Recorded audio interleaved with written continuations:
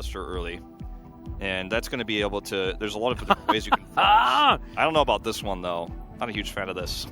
Well, we'll see whether Peanut does go towards it. Looks like he might be trolling just a little bit, as it is going to be the Graves in the end, locked away.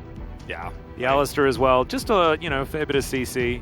As Nico is being looked at right now. An odd choice at this stage in the draft. And see where they do decide to go. I like any priority on Gragas is actually kind of cool on KT's side because Rich has been defaulting to it quite a lot. But that is Center Tom Kench. And we saw this work to such phenomenal effect. This is the big change. This is the big standout pick for Nongshim. This is giving them a big boost to their early power in terms of those skirmishes, whereas the Scion can offer you some of that on that first Rift Herald fight, but you're really playing towards that later game, the Senna scaling. Because Hecarim's not going to have a lot of help from the rest of his laners, theoretically, if the lanes go the way they're supposed to. And here we are, into game number 1. KT versus Nongshim Red Force. Still will be able to continue a lot of pressure here as Gideon, not quite able to steal that one away. There's no flash available, of course, just has to try and ghost at Peanut, but he does have to flash his way out still. It is going to be Infernal Soul locked down. Monk W's in the chat for the possibility of souls here. This is really aggressive. Yep, the wraparound does come through here as Bay flashes. Gideon unable to get on top of him. Unfortunately, especially with the tower getting angry at him, so... The timing I was talking about with Rich here on this Aatrox, I don't think you want to, especially now, contest the Rift Herald here. Oh no, knock-up comes through, Rich with the World Ender, but Bramblevest, like we were talking about, already there, denying a lot of that healing, and there's the knock-up, and a very comfortable kill. If you don't have the Aatrox up there to actually skirmish... Peanut! He's level 7, so able to do a lot of damage there to Noah. He's now looking to try and get out. Super Mega Death Rocket! To the Devour. Beautifully timed there from Zeus. Almost had a heart attack. Duckdom is getting so much gold out of this, though. They're not trading, an objective for the Herald, but they are trading a lot of turret plate gold here, with Peanut just camping this lane. Zeus is isolated. Yep, Noah and... Dove actually moved back towards the mid lane, so that is going to mean a dead Tom Kench. They still have a composition that scales very, very well, but... So you don't really want to see that. Shockwave is going to pull back Bay, and the devastating charge going to help as well. As there's the Dawning Shadow. That's going to help get a bit of an assist there for Noah, and a very easy kill onto the victim. And also in the Death Chamber does make this pretty easy, especially when Rich is pushed all the way up towards his turret. To try to save this turret, which means he's not in position to actually stop this Drake. And Peanut, once again, just really flirting with the line here. Actually, such as this Hecarim as Kellen. Oh my god. The amount of follow-up damage there, and the Ignite down onto Noah as well. No Devour from Zeus, able to actually find the value. Super Mega Death Rocket, eaten once again by the Tom Kench. As you can see, Noah knew exactly what was going on there. He's backing in the weirdest spot he could find. So hard for Nongshim. They have 3 big tanks, with the fact that the Tom Kench is getting farm. Now Nongshim in position for this theoretical team fight. Okay, there's the Pulverize, only under the horse. He'll get devoured as the train, not able to get too much work done. You see Docdom trying to get whichever auto attacks he can find, collateral damage, just to tell KT to leave the area. And that is going to be soul point available for Nongshim. I mean, look at how little. Okay, this is a trap. Yep, Peanut trying to demonstrate his power right here. Collateral damage almost finds him as he's burning down with the red buff, and will have to get out of there. Command protect from Dove. Break not yet started on both sides. Shockwave at the ready. Peanut down to 50% already. Docdom will turn up.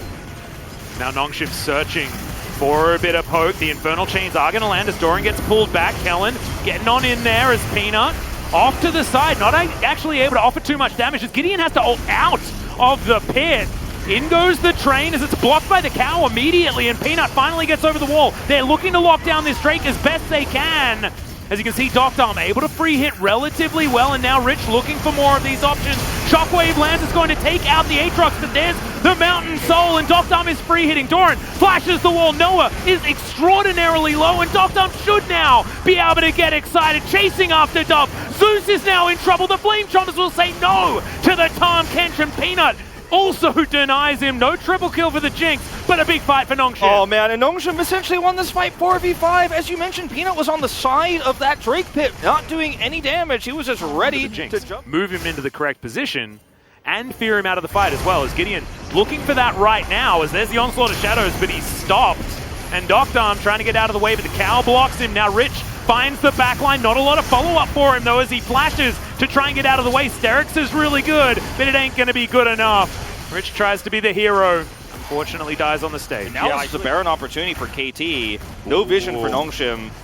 Yep, down to about half right now. It is going to be a turn from KT, of course, as Doctarm trying to get in position. Kellen with a massive three-man pole with a three-man shockwave to answer it, but the follow-up once again just isn't there as Doctarm locks down the kill into the Tahm Kench. Noah, no options. Bay's gonna snipe him, and now Peanut finds himself on a blue buff. It's a double kill for the Jinx once again, and Nongshim, they once again pull the rabbit out of the hat. I mean, what a fantastic play from Kellen. This guy has been so good on this Alistar all night long. And you look at the situation here for KT, they had all the advantages. They had vision control. I mean, this is like an unlosable fight practically. And Kellen has one big play, and Bay is able to just free hit. Bay is doing so well, you know, and this is a player that we've criticized a lot, especially on champions like Victor, where you have to really be at the right place at the right time. Yep, that's 5 people on the bottom side of the map, but he just wanders away. Elder Drake now available. Onslaught of Shadows. In goes Gideon. They do manage to lock down Peanut, but Bay, Doctarm, both of them still alive. Free hitting is the Jinx's Doran. Standing his ground for a long time, but does have to flash his way out. Now there are no ultimates available for KT. Nongshim should fight for this choke. They should not let them funnel through here. Certainly takeable for Gideon. And Nongshim, they have to win the fight. They're not going to be able to win any sort of damage battle over this dragon. Range advantage should be there for Doctarm, but can he stay out of the way of all of the threats on KT's side? Doran once again finds himself off towards the side as Gideon gets on in there, but the pulverize again from Kellen.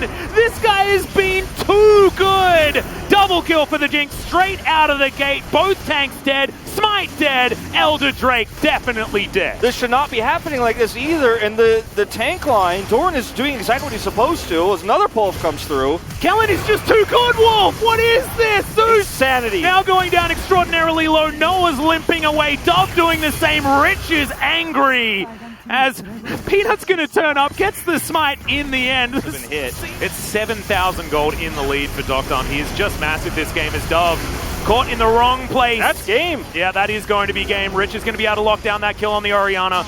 This turret goes down extraordinarily quickly as the minigun is just going burr at this point in time. KT just have to look on as their Nexus turrets fall to the wayside, and all of our teams with playoff contention are biting their lips right now, Wolf, because Nongshim are 1 win away from all but getting themselves to playoffs. Still a small chance, of course, if that happens, for Live Sandbox, but Nongshim looking pretty good in this one as Kellen is just going to die on the fountain.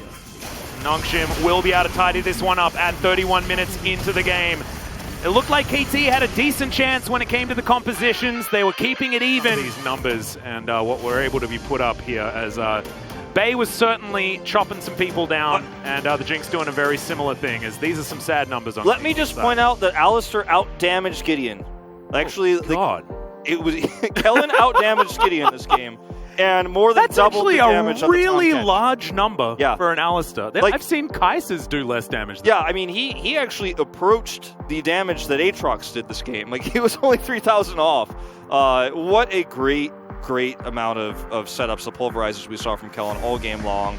Really being a hero, turning several team fights that Nongshim were down a member on when they were trying to come in and take it. And Bay had a fantastic game too, highest damage in the server, but Bay is a player that we have really, I mean, just myself especially, have not been really high on, and to have a performance like this when it matters most, right before playoffs, could be the sign of a big turn for this player in his career. And also, welcome back to the analyst desk for the second match of the night, and Nongshim is getting closer to the last spot of the playoffs with this win up against KT Roaster. Nongshim Red Force actually this time around went for a very unique pick this time around, relying on the confidence that they had. KT Roaster decided to place Senna Tahm Kench into Alistar, which is a duo that actually has a lane priority. However, KT Rollstar was not able to play the lane as we said. We saw Corki earlier today, but this time around, Dove was playing Orianna, a champion that requires a certain amount of teamwork. However, Nongshim Radforce was able to outrange the comp of KT Rollstar, and they were able to easily win this game. Even though Nongshim didn't have a specific theme for their comp this time around, but they played with their confidence and they were able to outplay the opponents. KT Rollstar, well, they were playing something that is pretty much on the meta right now, but Nongshim Radforce was able to have an edge because they trusted their self. Maybe this could be a life lesson for us as well. And because they were able to play the comfort picks, they were getting ahead starting from the laning phase. KT Rollstar, they did go for a very basic and very on-meta pick of the LCK, but still they were lacking proficiency on these picks, which means they were not able to maneuver the plays that they needed to. With this kind of a comp, Senna and Tomken should be in the back line, should be in the safe spot, whereas Cyan and Hecarim should be diving onto the opponents. And they have to make Alistar to use their skill onto Senna, but KT Rollstar was not able to re-engage like this. They just went all in together. They did not find the right target when they needed to. They always got chunked down by the opponents. Because KT Rollstar were losing lane and then they kept losing team fights as well. Even though there were some points where they were having a similar amount of gold, still they were not able to play on the same level compared to Nongshim Radforce.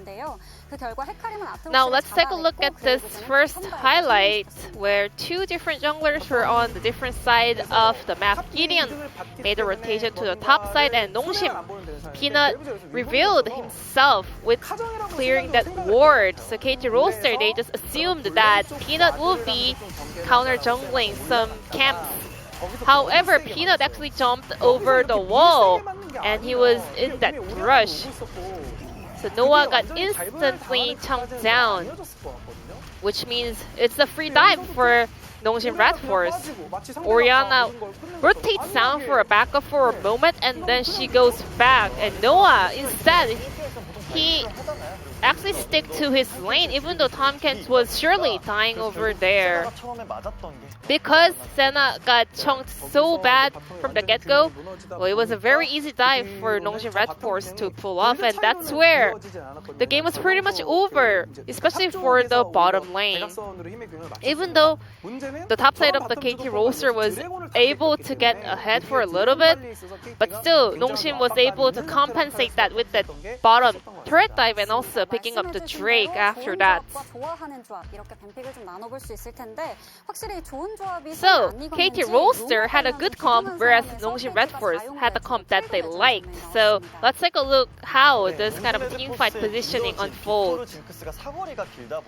Nongshim has a late range priority. Let's take a look at Victor and Jinx, which means Hecarim should have his eyes on them. He has to dive onto the carries on the back line of KT Rollstar together with Cyan. However, they are just getting chunked down by the opponents, and Orianna, Senna together was not able to put damage onto the opponents.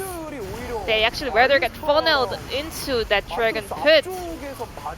And they're just letting the opponent's front lane to walk onto their face. For example, like Alistar and Aatrox, they were able to approach to the carriers on the side of KT Rollstar. Even though they did die from the beginning of the team fight, the rest of the Nongshim Radforce players were able to turn the fight around.